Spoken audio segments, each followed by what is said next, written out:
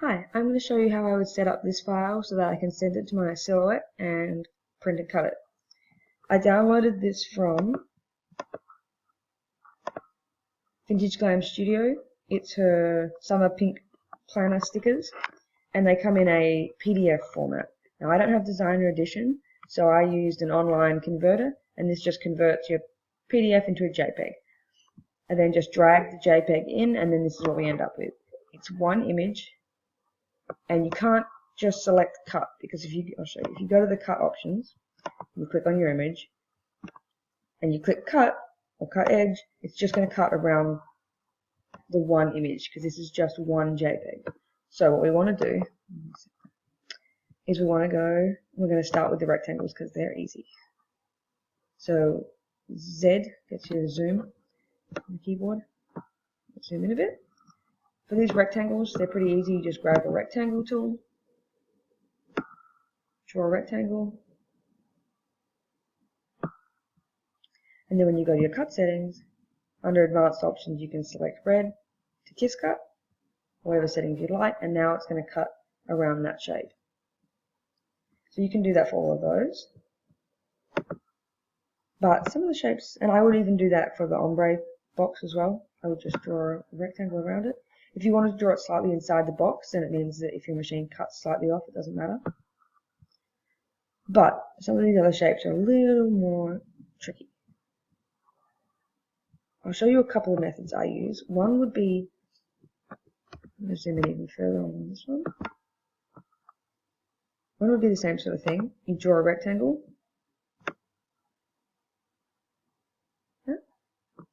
Now click on this button up here. This allows you to edit your points.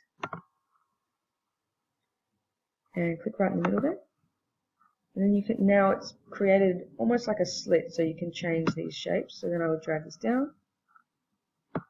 And then I would drag this down. And now when you go to your cut settings, again, that red outline is going to cut. I would then Control C for copy. And Control V for paste, and drag this across, and line it up for the next one. So those shapes are pretty easy to do. I'm not going to do them all for you because it would take too long. But where it gets tricky is a shape like one of the ice creams. So say this one here. We want them all to cut out. We want this one to cut out. So zoom in. So that's just Z on the keyboard, and then you draw a square around where you want to zoom in on. And it will zoom you into that point. So we're going to go to the trace tool. It's up here. It's open trace window. And then you're going to select trace area. You don't have to be clicked on any particular shape on your screen. You just draw it around, making sure you get all of the shape in. Now I always lower my scale right down to 4, and you get a sharper edge. And we want to include the whole shape. So we're going to increase the high pass filter. My phone, as far up as we can to about there, and then we're going to increase the threshold and make sure as much of this is yellow as possible.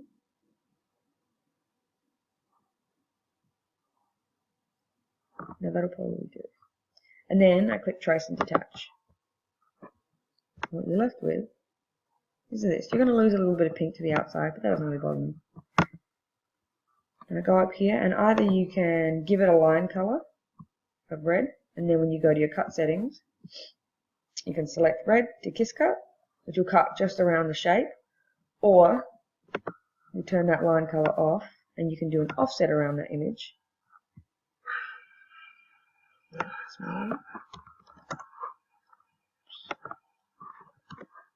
And click apply. I always group my offset and my image together. And then we've got a shape like this. So now, when we go to cut settings, it's going to cut around the shape and leave a little white border for you. I'm going to leave it on the page where it belongs. So that's one. So you've got to do that for all the shapes. I'll show you what you can do. You can, with the trace window, you can select trace area. You can select the whole area. Do the whole thing all at once. What I find though is that to adjust the settings to get everything is kind of tricky, so I prefer doing it one at a time, especially if I know I don't want all the shapes. So the next one I'll show you is the bow, because it's got some white space in here. So we zoom and we go to select trace area again. We're going to select the bow and nothing else. And we're going to bring the scale right back down again. We're going to increase the high pass filter to when as much of it's filled in as possible. And then what you can do is increase the threshold, and that will expand a bit. Now I click trace and detach again. And now what we're left with is actual segments, and we don't really want that. So what we're going to do is click on each segment, holding the shift key down, click, click, click, and then we're going to group those all together. Now we've got one bow shape that again we can cut around, or what I prefer to do is use the offset tool again. And you notice it looks funny. It looks like it's cutting around each shape, but what you do is you type in whatever you want the offset to be, and you click apply, and it welds all those lines together. Sorry, you've got to take it away from the background. So what I would do is I would zoom right out. I would bring this whole image onto the side here and do the offset over here. And apply. And then when you zoom in, you've got a bow with an offset. I like to group the offset with the bow. Zoom back out.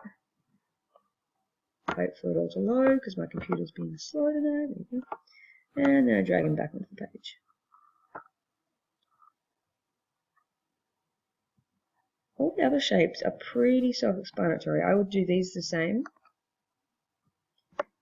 And I would go through them one by one because I want to make sure all my cut lines are perfect. I don't want to waste any sticker paper. So it's select this. Click edit points. Make a point right in the middle here. Okay. And drag these down. And drag that side down. You of course don't have to do that. You can use a trace tool on all of them. You can just select trace area, select something like that. Make sure it's all filled in.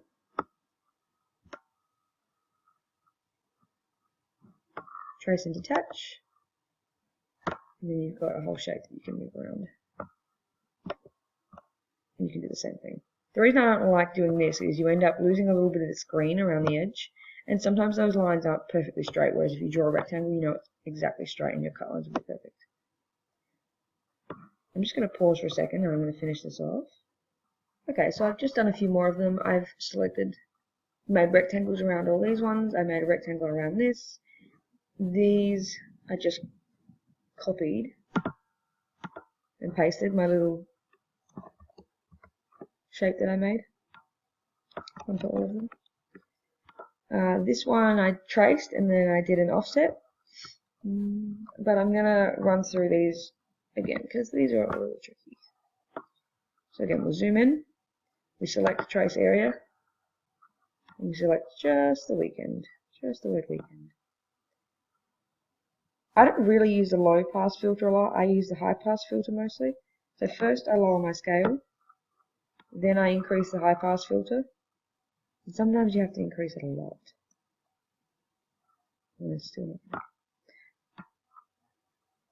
And then I increase my threshold. And you notice as I increase my threshold, all this space got filled in, so then we just lower the high pass filter.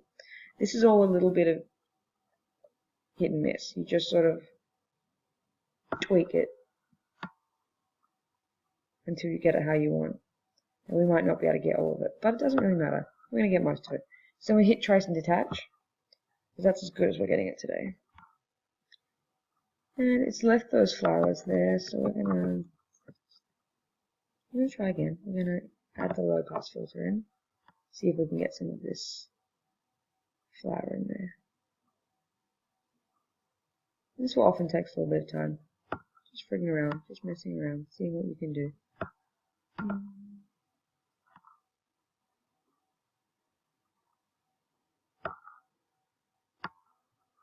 There we go. So close.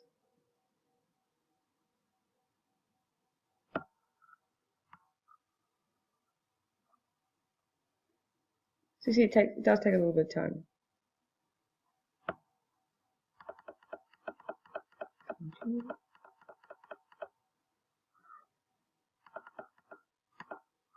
So trace and detach. And that's good enough for me.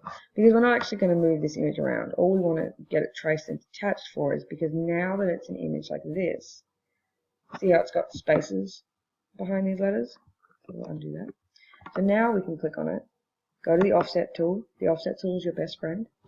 Offset it, and you get a cut line around it. Now, if you just want to cut around the shape, you can just make it 0, and you'll just cut very close to the shape. I like having an offset around things like this. I think it makes it look better. But I like a small offset. So now we've offset, and it's 0.12. Let's make it a little bit smaller. 0.1, 0.8 maybe. 0.8.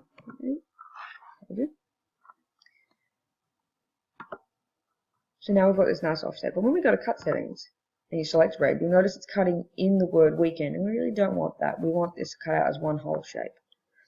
So we go back up here somewhere, click on our red outline, we right click and we click release compound path. And then it releases these shapes. Now what I do is while they're all selected, I click shift and I click on my outside line. And what that does is deselects your outside line and leaves you only having selected these inside lines. And then I just right click and click delete. If I was cutting these for myself, I would probably go in here and edit these points too and make that a little bit more curved, but you probably wouldn't notice if you printed and cut like that.